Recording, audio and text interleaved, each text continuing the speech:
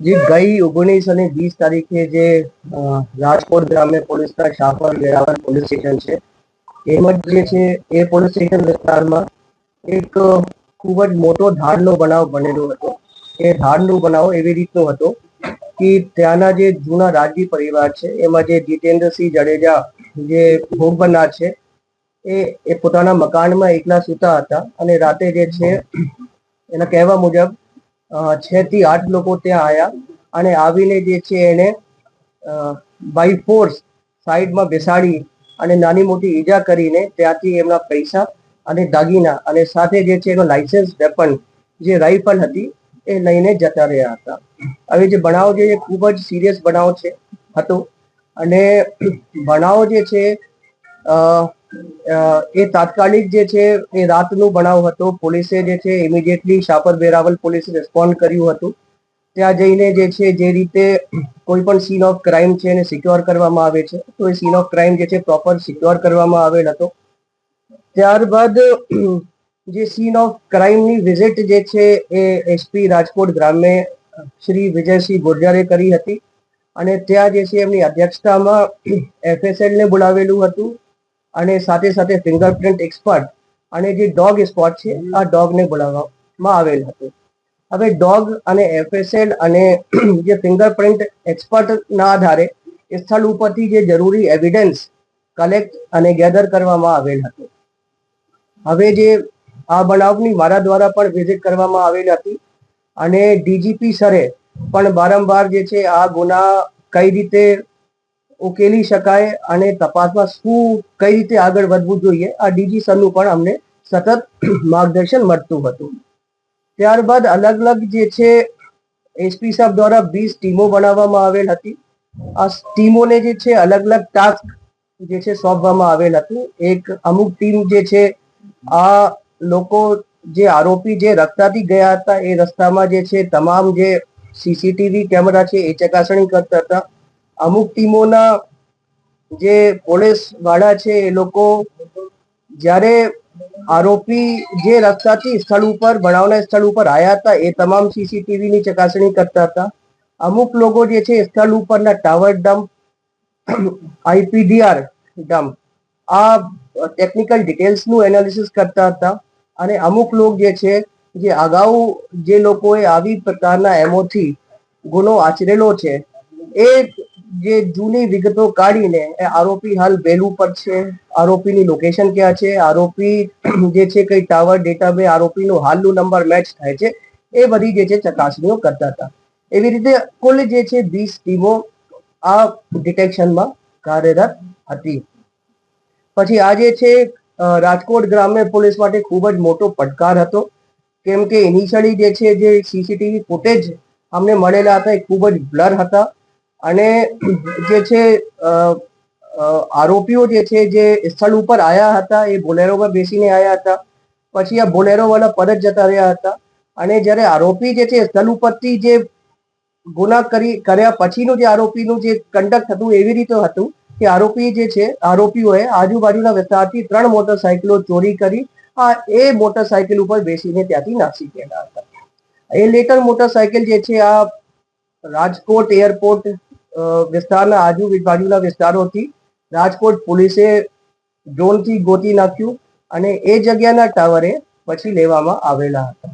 પછી કેસ જે ક્રેક થયું એ 2 વસ્તુથી ક્રેક થયું. નંબર 1 જે છે ટાવર ડબ્બામાંથી એવા શંકાસ્પદ નંબરો મળ્યા અને બીજી રીતે જે સીસીટીવી ફૂટેજ ટીમ છે એને જે અપ્રોચના જે સીસીટીવી ફૂટેજ છે એ સીસીટીવી ફૂટેજમાંથી અમુક એવા શંકાસ્પદ લોકો મળ્યા જે પછી અમે લેટર આઈડેન્ટિફાઈ કરી શક્યા હતા.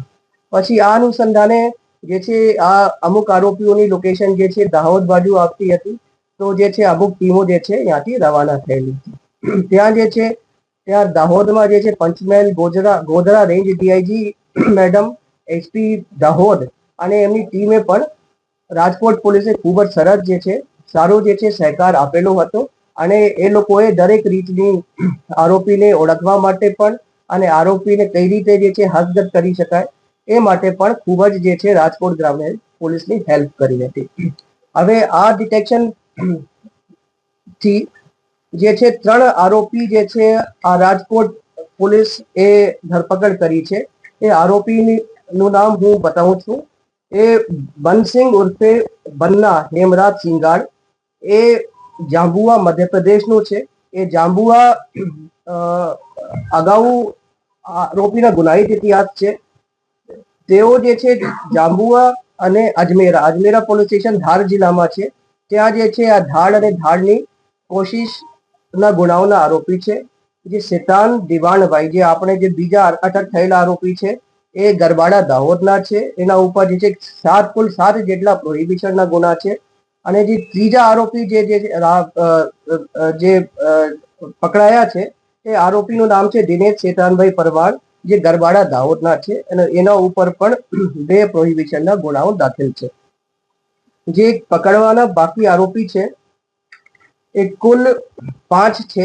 જેમાં મુખ્ય જે આરોપી પકડવાના બાકી છે એનું નામ છે કમલસિંહ ઉર્ફે કમલસિંહ માવજીભાઈ સિંગાડા, જે જાંબુઆ મધ્યપ્રદેશના છે. અને કરણસિંહ મડિયા, એ પણ જાંબુઆ મધ્યપ્રદેશના વતની છે. હવે જે છે આરોપીઓ પાસેથી જે મુદ્દામાલ કબજે કરેલા છે એની વિગત હું આપને જણાવું છું. એ ધાડમાં જે મુદ્દામાલ જે રોકડ રકમ ગયેલી હતી, એ રોકડ રકમ પૈકી જે છે 43,18,500 રૂપિયા જે છે આરોપી પાસે રિકવર કરવામાં આવેલા છે. તે સિવાય આરોપી પાસે જે ધાડમાં ગયેલા ઘરેણા હતા, એ જે છે 21,22,380 રૂપિયાના ઘરેણા જે છે પોલીસે ઓરિજિનલ ઘરેણા જે છે રિકવર કરેલા છે. આપ તમે લોકો અહીંયા જોઈ શકો છો. એ સિવાય જે છે આરોપીઓના અગાઉના જે ગુનાહિત ઇતિહાસ છે એમાં એ લોકોએ જે ગુનો કર્યા છે એવા જે છે ઘરેણા જે છે ત્યાં એ લોકો પાસેથી મળ્યા છે. પછી ધાડમાં જે ઉપયોગ કરેલી બોલેરો કાર છે, જે આરોપીઓ સ્થળ ઉપર આવ્યા હતા, એ બોલેરો કારમાં બેસીને આવેલા હતા. એ બોલેરો કાર જે છે એ જે આરોપી પાસેથી જે મળી આવેલી છે. પછી એ ધાડમાં જે ઉપયોગ થયેલા છે, જે આરોપીને આપણો ઘરમાં પ્રવેશવા માટે જે હથિયારોનો ઉપયોગ કર્યા છે, એ પણ આપ લોકો જોઈ શકો એ આરોપીઓ પાસેથી મળી આવેલા છે.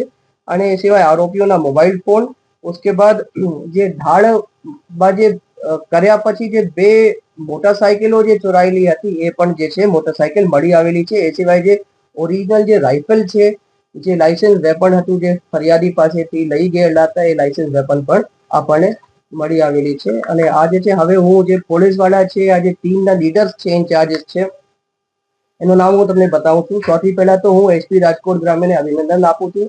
એની સાથે ત્યાંના 2 એએસપી સાહેબોને અને જે છે ડીવાયએસપી ને પણ હું અભિનંદન આપું છું. સિવાય એલસીબી પીઆઈ, સિવાય PSI KM Chavda, PSI HC Gohil, PSI Bhimani, PSI Bharwad અને જે એલસીબી એસઓજીના અન્ય પીએસઆઈઓ હતા, એ લોકો જે છે આ ડિટેક્શનની કામગીરીમાં જે છે એ લોકોનું ખૂબ જ સારું યોગદાન છે. એ સિવાય જે સાપર વેરાવળના જે થાના અમલદાર છે, એમણે જે છે આ ગુનાની જે છે ઇનિશિયલ ઇન્વેસ્ટિગેશન ખૂબ જ સારી રીતે કરી છે. અને જે રીતે જે છે ફોરેન્સિક અને સાયન્ટિફિક એવિડન્સ કલેક્ટ થવું જોઈએ, એવી રીતના જે છે એવિડન્સ જે છે કલેક્ટ કરવામાં આવેલા છે. તો આ તમામ જે અધિકારીઓની કામગીરી છે, આ ખૂબ જ પ્રશંસનીય છે. આ લોકો જે છે ખૂબ જ વ્યવસ્થિત રીતની રેકી કરી હતી. આ લોકો યાની ભૌગોલિક પરિસ્થિતિથી પણ વાકેફ હતા. અને ક્યાં ક્યાં સીસીટીવી કેમેરાઓ લાગેલા છે, એ બધી જાણ એ લોકોને હતી. તો જે ધાડ પાડવા પહેલા એ લોકોએ જે એનું હોમવર્ક છે, આ ખૂબ જ વ્યવસ્થિત સરકારે કરેલું હતું.